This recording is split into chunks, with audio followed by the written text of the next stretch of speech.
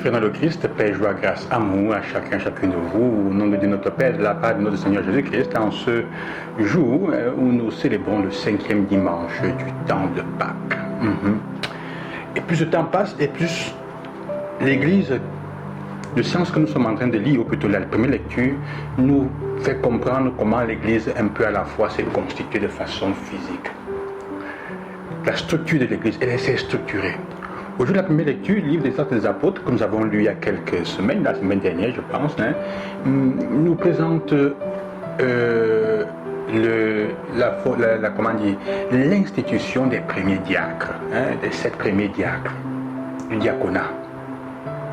C'est intéressant parce que la nécessité d'instituer des diacres naît d'un problème concret, naît d'un problème de service, naît d'un besoin concret de la communauté.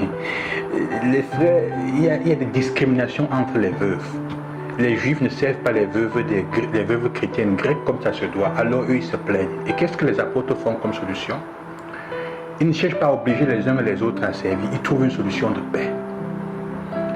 Ils demandent donc de choisir parmi les Grecs 7 personnes à qui ils peuvent imposer la main de la même manière et pour qu'ils soient au service de leur communauté.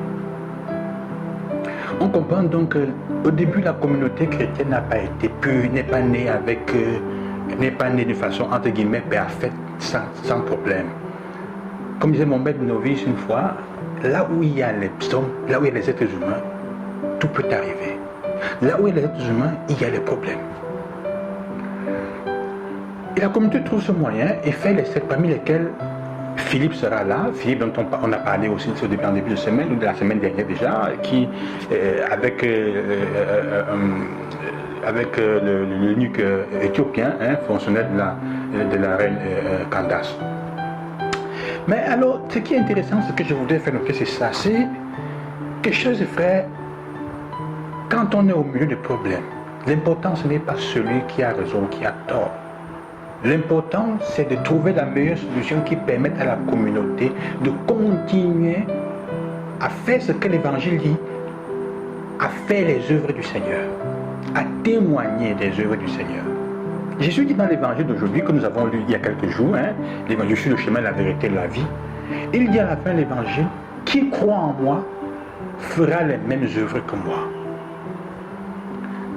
La foi des premiers apôtres leur permet de trouver des solutions fantastiques pour continuer, pour permettre à la communauté chrétienne d'être témoin de l'amour, de la paix, de la charité, de l'accueil, de la patience et de la tolérance que le Seigneur a eu. Ils rendent les œuvres de Dieu. Que chaque communauté témoigne ce que Jésus est.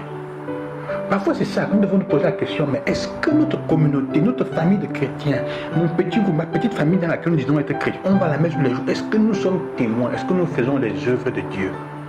Est-ce que nous faisons les œuvres de Jésus-Christ? Si nous nous rendons compte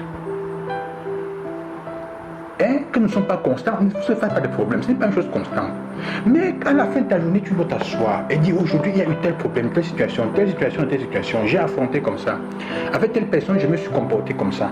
Est-ce que mon comportement est un témoignage, est une œuvre de Jésus? Sinon, demain je vais voir comment m'améliorer, ou la prochaine fois j'essaierai de m'améliorer, de m'amender. Sinon oui, alors je rends grâce à Dieu parce que j'ai pu faire.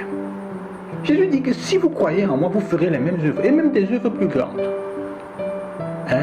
Et même des œuvres plus grandes, si vous croyez vraiment en moi, vous ferez beaucoup d'autres choses plus grandes que je n'ai pas eu le temps de faire sur la terre. Mais à condition que vous ayez la foi. La qualité de ta foi détermine la pureté, l'impact et la qualité de tes actions, de ton agir, de tes œuvres. Et comme tu insistes sur la motivation, c'est une question de motivation. La qualité des œuvres se voit. L'œuvre, quand elle est vraie, quand elle part du cœur, quand elle est vraiment inspirée par la foi en Jésus, on en voit les fruits, elle dure pour le temps. Mais quand elle est inspirée par notre égoïsme ou le besoin d'être au milieu, de nous exposer, de nous mettre devant le monde, ça se manifeste et ça se voit aussi.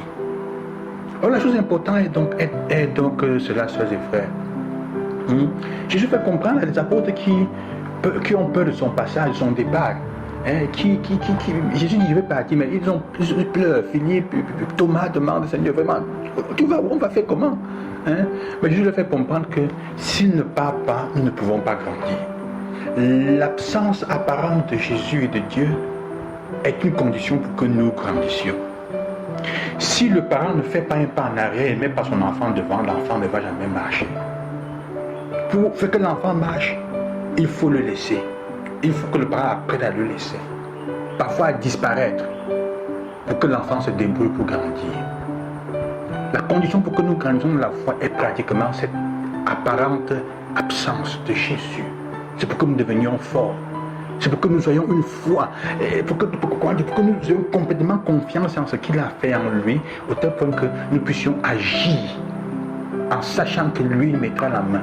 Et que lui, il est le chemin, la vérité de la vie. Il est l'unique qui puisse nous montrer la vraie route. Alors, chers frères, aujourd'hui, vraiment, pour cette semaine, je vous invite, et je nous invite à réfléchir à partir de la première lecture sur cette dimension-là. Cette dimension de comment est-ce que nous choisissons, nous résolvons les problèmes dans nos communautés. Est-ce que nous cherchons toujours à donner raison à quelqu'un? Ou alors, nous invoquons l'esprit qui puisse choisir au milieu de nous des personnes adaptées aux services desquels on a besoin chaque temps. Hein? L'occasion de cette première lecture pourrait nous faire discuter aussi de beaucoup d'autres choses, hein, du diaconat, de la nature du diaconat dans l'église, les femmes. Ouais, dans le temps, il y avait aussi des femmes diaconesses, mais le diaconat naît comme un lieu, un ministère de service avant tout, avant d'être liturgique. Même s'il annonce la parole après, mais il n'est d'abord comme ça. Nous nous invitons aussi à être tous, d'une certaine façon, des diacres, à exercer notre diaconat de service comme chrétiens, mais surtout à apprendre à résoudre les problèmes pour un but, afin que notre communauté continue à manifester, à témoigner davantage des œuvres de Dieu.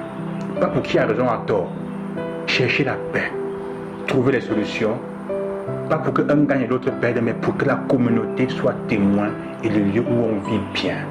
Je vous bénis au nom du Seigneur, au nom du ressuscité. Bonne semaine, à demain, loué soit Jésus-Christ.